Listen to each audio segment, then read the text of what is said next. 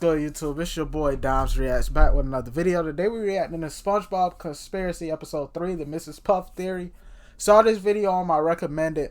I know I might have to go back and react to part 1s and part 2, depending on how this video goes. It's a 30-minute one. Y'all know I don't mind reacting to these long videos. But anyway, please be sure to like, comment, subscribe, share the video. Let's get right into it. Shout out to Alex Blay for today's video. And again, I hadn't seen this video yet, so I don't know what could he possibly be getting into. What does he mean when he says the Mrs. Puff? Not Mrs. Puff. You may think she's just SpongeBob's boating teacher, but you'd be very, very wrong. For years, she's been running from her dark and mysterious past, but it's finally caught up to her. And behind it all is a mastermind who's been secretly controlling her life and psychologically torturing her. If you guys thought my last two theories were mind-blowing, get ready for my biggest conspiracy yet. I'm not gonna lie, I do partially be avoiding these SpongeBob conspiracy channels because a lot of times they try to go too deep into a lot of stuff. It's like, I don't think they mean that, and this, that, and the third. But this, I'm like, a Mrs. Puff theory. It was like, it seems such to be like a random character to go into. So this is the Mrs. Puff theory. Okay. I gotta start off by saying, wow, the reaction to my last two SpongeBob theories has been insane. How does she know? How does she know? Squilliam, you lying, deceiving, who is that handsome young devil? I'm glad you guys are enjoying my ridiculously deep dives into the show. I mean, I have to watch so much SpongeBob and read so much of the Wikipedia to put these theories together, but it's worth it because the writers actually take the time to set these things up. Now, a lot of people have been asking, Alex, how do you come up with these crazy conspiracy theories? Well, I always start these theories by looking for the moments in the show that seem to be implying more than they're letting on. Like I've said before, SpongeBob is a weird show with lots of abstract humor, but I can usually understand the intent the writers had behind a weird joke. But then there's stuff like this. I hope I still remember how to do this. Yeah. And it's so confusing and weird that it feels like the writers are trying to imply something beyond just weirdness for the sake of comedy. And nowhere in the show is there more of these moments than with Mrs. Puff. And once I started looking into it, it led me down the deepest rabbit hole I've ever seen from this show. So, let's begin. Uh-oh, looks like I'm getting hacked by a hacker. I knew this would happen if I got too close to the truth. Well, it's a good thing this video is sponsored by NordVPN. If you're watching this video, then you're on the internet, which means you're being hacked. Thanks, NordVPN. Mrs. Puff's dark past. Mrs. Puff is a boating school teacher in Bikini Bottom. She's passed all of her students except for one, SpongeBob SquarePants. He's taken her driver's test hundreds of times and he always ends up failing it and causing destruction and chaos that usually ends up with Mrs. Puff going to jail, despite it not really being her fault. We also know that she was once married, but her husband was killed by fishermen. That's my driving teacher, Mrs. Puff. Mrs. Puff? Oh, she's married. Oh no, Mr. Krabs, she's single. Then what happened to Mr. Puff? She doesn't like to talk about it. Throughout the show, there are moments like this that seem to be hinting at her having a dark, mysterious past. And in Season 2, Episode 10, I mean, it don't seem like a dark past. It just seems like he's a light, or whatever now. So, her husband, when people probably went fishing again, he was what came up. And No Free Rides, we get the biggest clue about who Mrs. Puff really is. After SpongeBob fails the driving test yet again, Mrs. Puff has just had it with him and ends up just giving up and giving him his license even though he never really passed. She quickly realizes that this is a horrible idea and he'll probably end up destroying the entire town.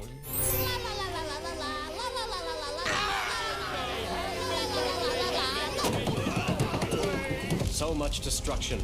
This reporter asks, why?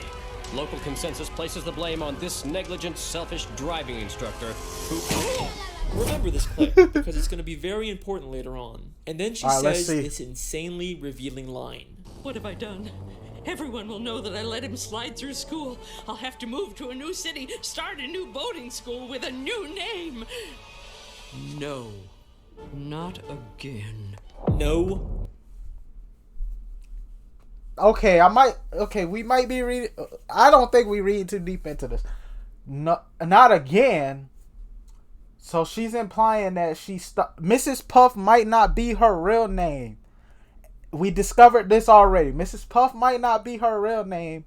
And Yeah, let's see. Through school, I'll have to move to a new city, start a new boating school with a new name. No, not again. That's kind of No, dark. Not again. That's kind of dark. Come on, it's like they're just begging someone to make a theory about this. So we now know Mrs. Puff was originally from a different town, she used to own a different boating school, and Mrs. Puff isn't even her real name. There's something in her past that she ran away from. Now, there's been some debate over whether she's actually referring to a new name for herself or for her boating school, but I do think she's talking about her own name, because if she's trying to run away from something in her past, she wouldn't start a new boating school with her real name in the title. Now, when she's... Oh, I guess I didn't pay that much attention. Mrs. Puff Driving School is the school's name. So maybe Mrs. Puff's not her name, and that's her new name, and so that's implying that she would have to change not only the name of the boating school, but she would have to change her name too. She says again, I don't think she's just referring to starting a new life. Everyone will know that I let him slide through school. Not again. I think at her previous boating school, she had a terrible student just like Spongebob who she prematurely gave a license to, and it led to something so terrible happening that she had to run away and start a whole new life. In season 3, episode 5, Doing Time, we get a flashback to when she first opened up the school. Where did I go wrong? With the opening of my new boating school, I pledge that as long as a student is willing to learn, I shall never give up. Hi, I'm SpongeBob SquarePants. With the opening of this new boating school, let's keep in mind that this is not her first boating school. Maybe the whole reason she's making this pledge now at her second school is because she gave up on a student before and just let him slide through and got his license. Up on a student at her previous school, and that led to her having to run away and start a new life. She's pledging to never make the same mistake again. Now let's skip We ahead on to the same. Okay, season this is actually making sense so far.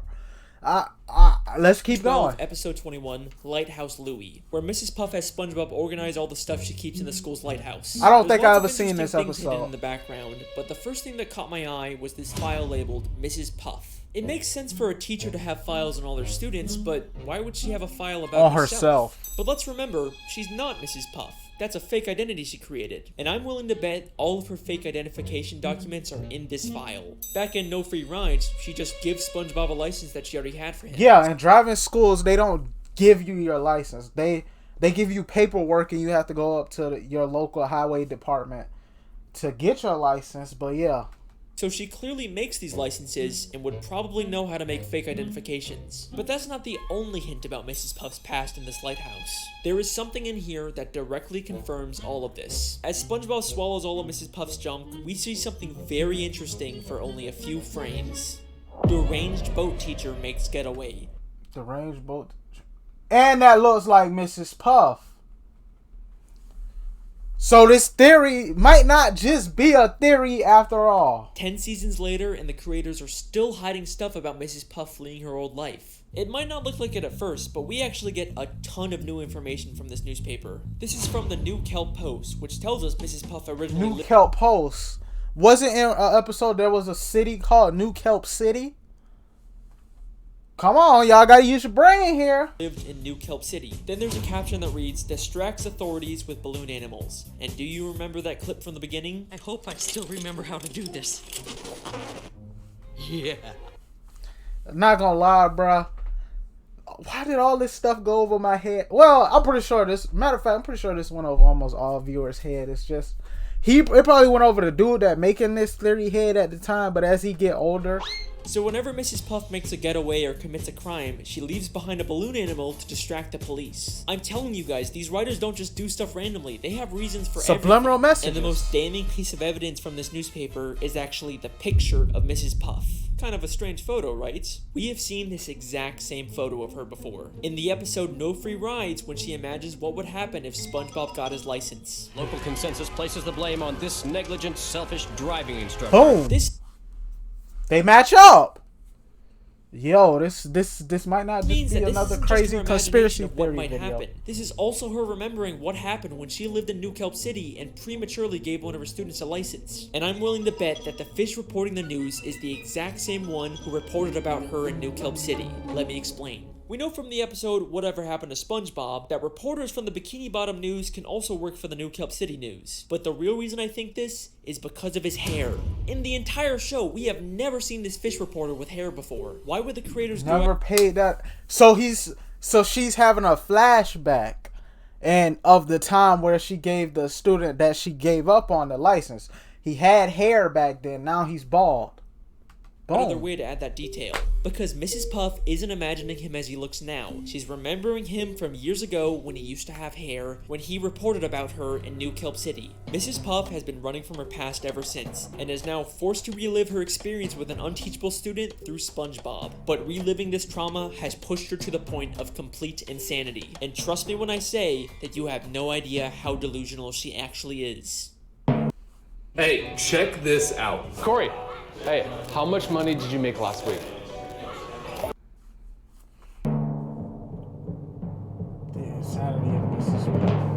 Another running gag throughout the series is Mrs. Puff's occasional nervous breakdowns or moments of insanity because of SpongeBob, and they get more severe as the show continues. At first she did care for SpongeBob, but in the newer episodes she literally tries to kill SpongeBob just to get him out of her life. After this episode, there was no need for Mrs. Puff anymore. I'm sorry, because the idea on a kid-based show of her trying to kill off the main character, it'll give you bad Even vibes. SpongeBob just walking up to her gives her severe PTSD.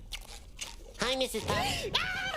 Hit the brakes! SpongeBob! Watch the tree! Laugh! Wait, Mrs. Puff. We're not driving. But these mostly seem like just one-off moments, and for the most part, Mrs. Puff is still a functioning member of society, right? Until she sees I'm going to show SpongeBob. you that she's actually much more insane and delusional than you may think. And some of the episodes she's in take place entirely in her own head. If we're talking about how insane Mrs. Puff is, there is no better place to start than the episode Doing Time. Once again, SpongeBob fails the boating test and causes destruction and chaos, which leads to Mrs. Puff going to jail. SpongeBob keeps breaking into jail to try and bust her out, but Mrs. Puff actually prefers being in jail over teaching him. We actually get another interesting line about Mrs. Puff's past in this episode. Okay, you can do this, Puff. You can get through this without losing your sanity.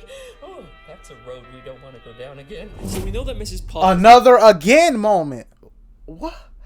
How did I miss this stuff, man? Well, like I said, as a kid, you're not trying to deeply analyze an episode. Lost her sanity in the past, I guess that's probably why. from her previous terrible student. But it seems like she's recovered since then, except in this episode, she has a complete mental breakdown. SpongeBob keeps appearing in impossible places until she gets thrown into solitary confinement, where each wall of the room transforms into a giant SpongeBob face. And then the episode ends in a way that's so weird and confusing that it rivals the infamous gorilla episode ending. As Mrs. Puff freaks out, she's suddenly transported back into the beginning of the episode when SpongeBob was taking the test. Except this time, SpongeBob gets arrested instead of her. Help! Help! No!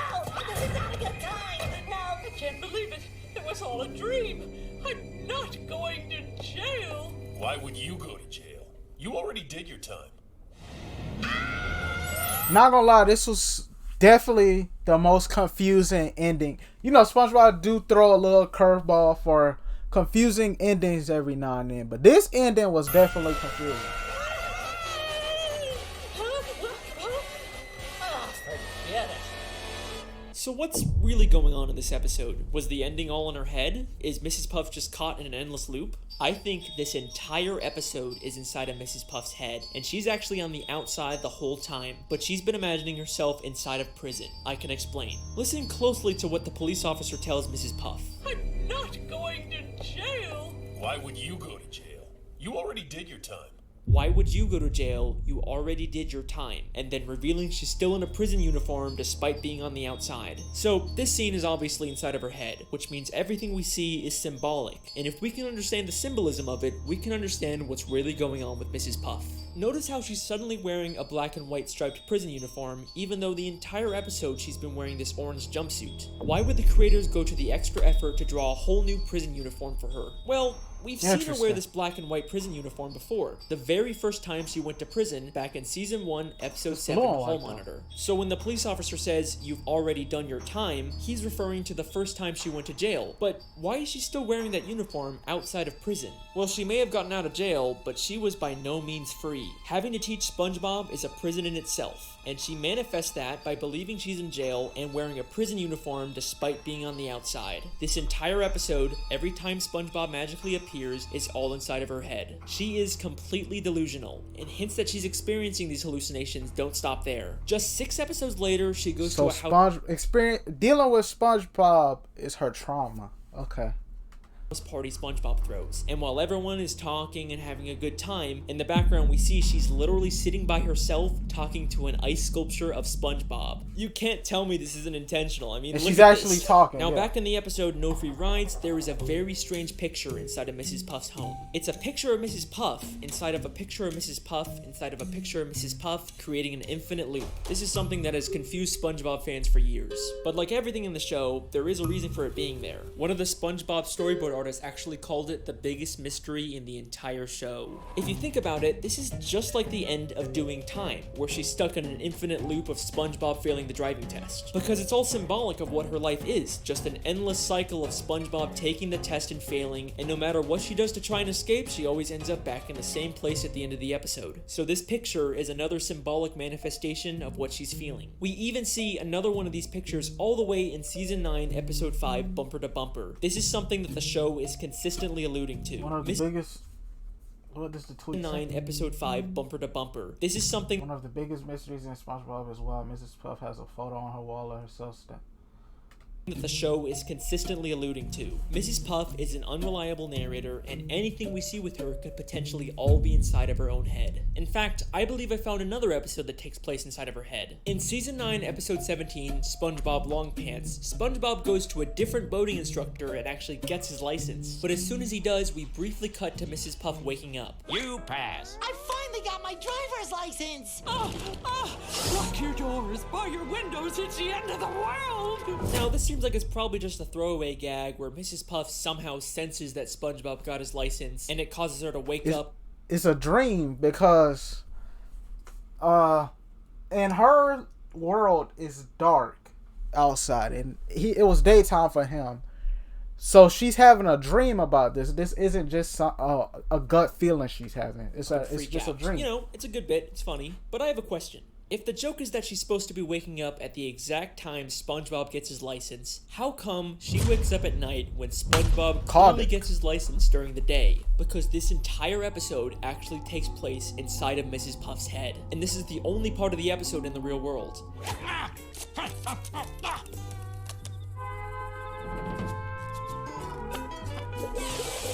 I don't know what that was all about, but I'm glad it's over. But let me pause for a second. I'm sure some of you are already wondering if this contradicts my previous SpongeBob video, The Television Theory. If you haven't watched that one, the gist of it is that the entire show is a documentary television show, and everything we see is actually being secretly filmed by scuba divers. And there's a ton of evidence to support it. That one honestly, that one just sounds silly. It sounds like he was trying to go too deep into something into that one.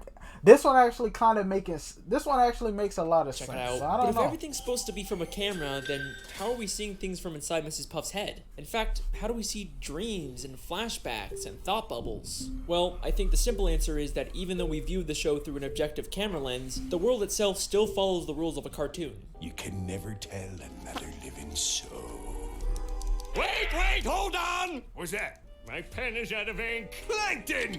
You'll never get me formula, not even in a flashback. In the world of SpongeBob, you can imagine something and other people can still see, record, or interact with it because that's just how cartoons work. Back to the theory, we know that her insanity has caused her to live a life of delusion, but if you remember back to the Lighthouse episode, she's also become an extreme hoarder, and looking at her collection of junk is like a look directly into her mind, so there's gotta be something we can learn about her from it. There's a picture of her boyfriend, Mr. Krabs, the hall monitor belt she gives her students, the mean drawings her students make her, SpongeBob's diary, a boating safety helmet. Wait, SpongeBob's diary?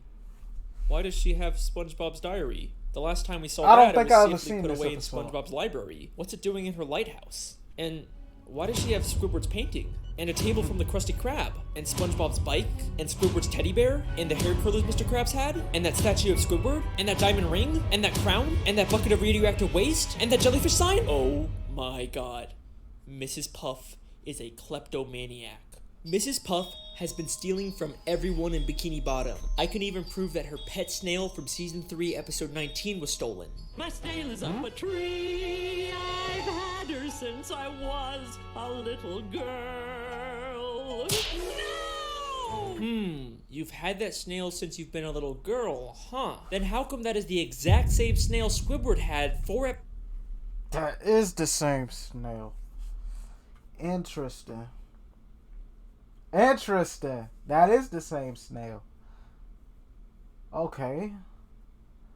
We might be on to something episodes here. ago in the Great Snail Race? I wouldn't let Snally here play with that mongrel mutt. She's a purebred. See, she even has her own papers. He even has her paperwork. Mrs. Puff clearly stole the snail from Squidward. But why the hell would Mrs. Puff steal all this other junk? What possible use could she have for any of it? We could find the...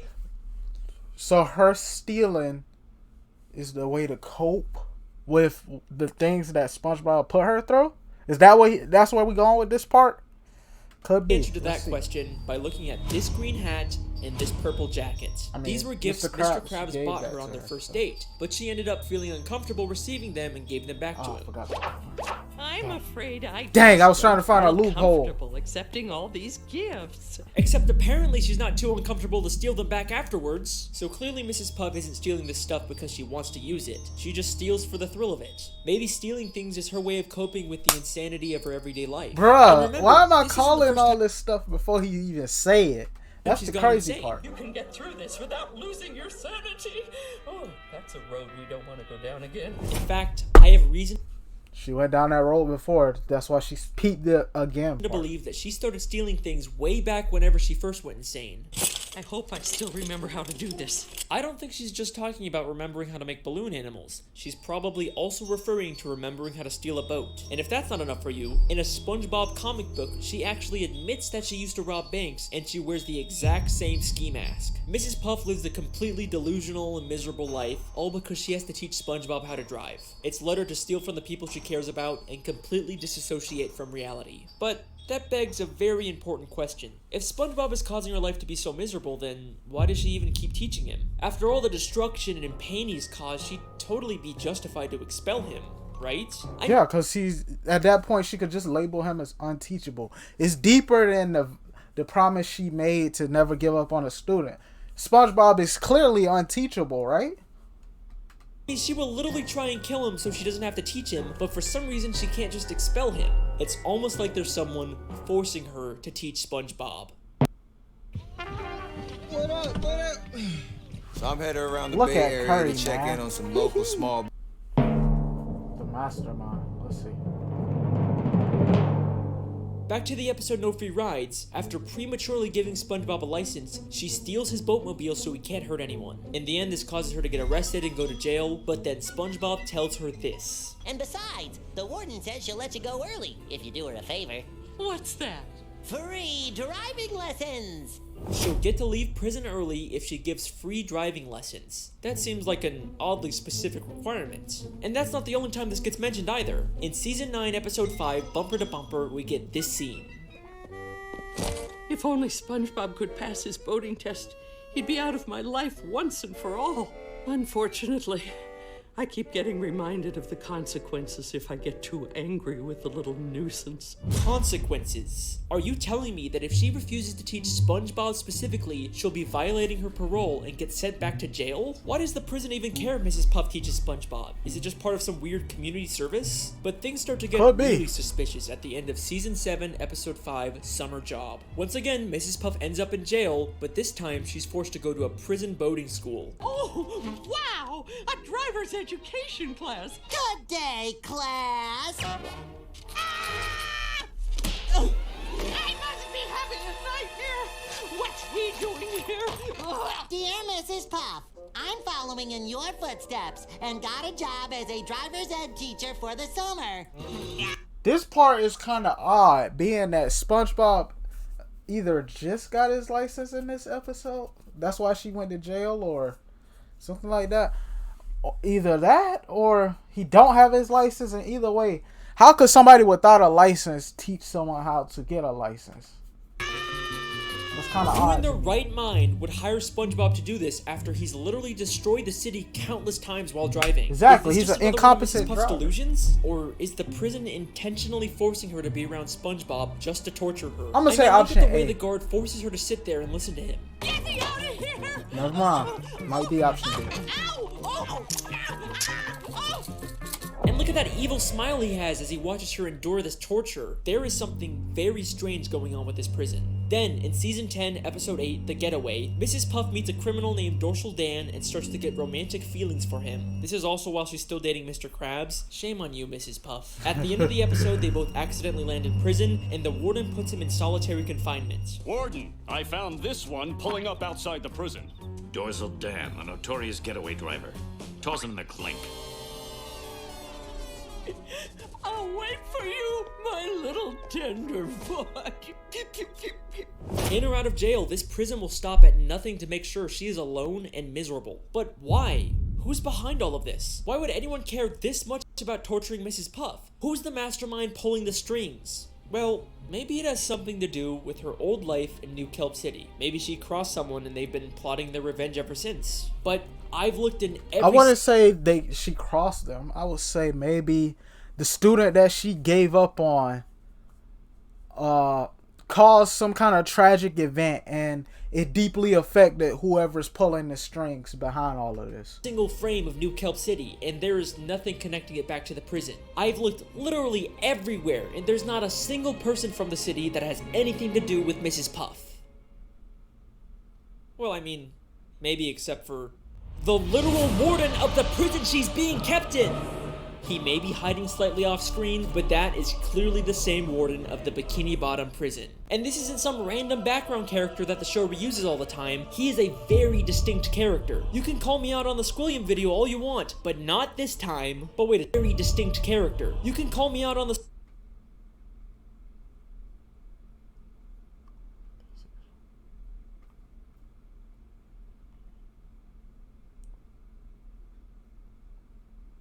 Squilliam video all you want, but not this time. But wait a second. If the warden I might have to was check out from that New Kelp Squilliam City, theory, then too. he'd I've probably seen that know in my about Mrs. Puff's recommended, dark past and her true too. identity. So why hasn't he exposed her? He's just kept quiet about the fact that one of his inmates is living a completely false identity. She'd probably even get more prison time when they find out who she really is, so why hasn't he said anything? This is where things get very interesting. So, we know Mrs. Puff prematurely gave a student at her original boating school a license, and that led to them causing chaos and destruction. Maybe this student accidentally did something terrible to the warden, and he's blamed Mrs. Puff ever since. Whatever happened was so terrible. Or maybe this warden guy, maybe Mrs. Puff's student tragically wrecked into someone close to them and they lost their life. Who knows? That it caused him to move to Bikini Bottom and get a job as the warden of the town's prison. And to his surprise, he finds out that one of his inmates is actually the person he blamed for that terrible thing happening. This works out perfectly for him. He can finally get his revenge on Mrs. Puff by making her life miserable. All he has to do is reveal her dark secret and she'll be stuck in jail for much longer. Except for one small issue with his plan. Mrs. Puff actually likes being in prison. One day down, 2,528 to go. Oh, that's just shy of 4 years without SpongeBob. I'm going to enjoy this. So, he comes up with a new plan. Keep Mrs. Puff secret and let her out of prison early, but only under the condition that she has to teach SpongeBob. He's literally turning her normal life into a prison. And he makes sure going back to prison to avoid SpongeBob isn't even an option for her anymore, because he'll make sure that SpongeBob is always in there with her. And he's not gonna let her escape and start a new life like she did in New Kelp City. He makes sure to give her an ankle bracelet that doesn't let her leave Bikini Bottom. I can't even leave town without violating my parole. He is the mastermind who's been controlling everything this entire time. But guess what? I guess His growing up, insidious I never would try to read too deep into episodes. I wish I did, honestly. and doesn't even end there. This is not the first time we've seen the Warden character. We first see him in Season 4, Episode 2, Crabs vs. Plankton. In this episode, Plankton slips on some water on the Krusty Krab and decides to sue Mr. Krabs for everything he owns. And then guess who shows up out of nowhere and offers to be Mr. Krabs' lawyer? What I really need is a good lawyer. Whoa, did somebody say lawyer? Richard A. Bottomfeeder, attorney at law. Hold I couldn't help on. but notice This that warden is also a lawyer. How can somebody be a prison warden and a... despicable display. Maybe he'll Richard A. explain that. Bottomfeeder, Maybe he'll explain. The warden of the Bikini Bottom prison is also apparently a lawyer? That's kind of strange. Those both sound like major careers. You usually wouldn't imagine someone being both. Yeah. Then he says he'll be Mr. Krabs' lawyer completely free of charge. So, how much is this gonna cost me? Actually, I won't charge a dime unless we win. Well, that's awfully generous of you, Richard. He seems very confident that he can win the case, but right before he goes to court, he slips on some water and says Spongebob will have to be Mr. Krabs' lawyer now. Oh, this is gonna be a slam dunk. Oh no! Mr. Krabs' lawyer, speak to me! Racked with pain, can't move. Looks like you're gonna have to handle this one, son. He tells SpongeBob that he has to represent Mr. Krabs, even though he himself called SpongeBob a liability. Actually, SpongeBob, we won't be needing any testimony from you. Why, you'll be more of a liability than an asset. But it's okay, because apparently all SpongeBob needs to win is inside of Richard's briefcase. Everything you need to win is in this here case. Really? Everything? Except when SpongeBob gets to court, he realizes that Richard never gave him the combination to the case. It's, all in here. But everything he needed to win was inside, so... Well, he didn't have the combination, so that's Yep, true. right in here. Is there a problem? Your lawyer didn't give me the combination. Either Richard A. Bottomfeeder is the worst lawyer in history, or this is all part of his elaborate plan to ruin Mrs. Puff's life. Here's what I think happened. First, But what he finds does out this have to do with what does this part of the episode has to do with Mr. Puff?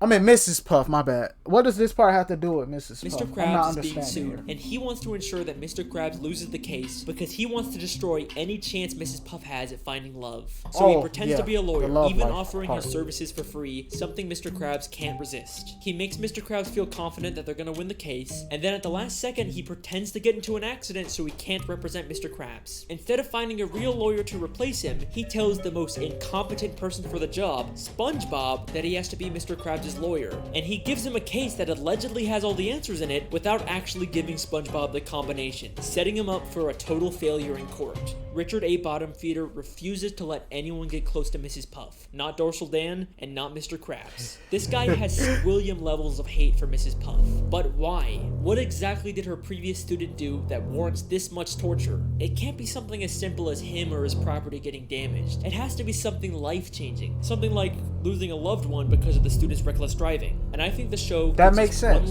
That's what I was trying to say earlier. Might have been. All the pictures of Mrs. Puff's house are very meaningful to her. She's got photos of Mr. Krabs, her pet snail, and of course those infinitely looping photos that told us so much about her mental state. But there is one more photo in this house that might be the key to this entire conspiracy. In Season 12, Episode 14, Plankton's Old Chum, we see a photo of someone we've never seen before on Mrs. Puff's wall. There's some surprising similarities between this character and Richard. The green color, the red bow tie, the overall fancy, serious appearance. It clearly isn't the same person, but maybe this is someone related to Richard, like a father, a son, or a brother that That's a good point. That's a good point. And the reason she keeps a photo of him up is to have a permanent reminder to never make the same mistake of giving someone a license who doesn't deserve it. Mrs. Puff is a boating school teacher who once made a terrible mistake that led to the loss of her business, identity, sanity, and any chance at finding happiness. I like to think that there used to be a time when she was happy, back when her husband was still alive. If only he was still around today, maybe she wouldn't have to face all of this on her own. Thank you for watching, everyone. I hope you enjoyed. Is what I would say if I was done, except her husband is still alive. Woo! Let's do. Huh? Alright, I think he's trying to go too deep now. Let's see though. But yeah, this video, so far it's been a W video. I hadn't really been talking as much because I'm trying to, when you listening to theories, you can't pause after every statement that's being made and try to make a point. But video's 27 minutes. well, let's be real. The video could have been shrunk down to 15, 20 minutes. Maybe 20 minutes, yeah. But I feel like he about to get too deep now. Do this. In the SpongeBob movie, SpongeBob and Patrick travel to a gift shop named Shell City that's full of dead fish turned into knickknacks and ornaments. Except they end up setting off the smoke detector, which activates the sprinkler system and brings all the dead fish back to life, including a very familiar looking pufferfish hanging from the ceiling. Mr. Puff is alive. Well, wait a second. If he's alive and he escaped, then why hasn't he gone back to Mrs. Puff? Why is she still alone? Because remember, she ran away from their home in New Kelp City and started a new identity. So sadly, Mr. Puff has no way of finding her. The tragedy of Mrs. Puff's story is that... But New Kelp City and Bikini Bottom shouldn't be that far away, is it? Happiness is just a city away, but she can never even leave town because that would violate her parole. Richard A. Bottom Feeder probably even knows her husband is alive and is making sure they're never reunited. As the name says, Richard really is a bottom feeder. This video took a ton of time and effort to do all the research for. Yeah, I could tell. This video definitely took a ton of time. Shout out to Alex Blay for this video. Please share, like, comment, subscribe, share. Roll 200 subscribers. Again, I want to react to the Squilliam one. It's definitely nowhere near as long as this one. I wasn't talking as much throughout the video, trying to grasp the theory. But anyway, please share, like, comment, subscribe, share the video. Roll 200 subscribers. W video, it just could have been I feel like it could have been condensed just a little bit, but he brought up some valid points that kind of got me thinking. But anyway, it's your boy Dom's Reacts, and we out. Peace.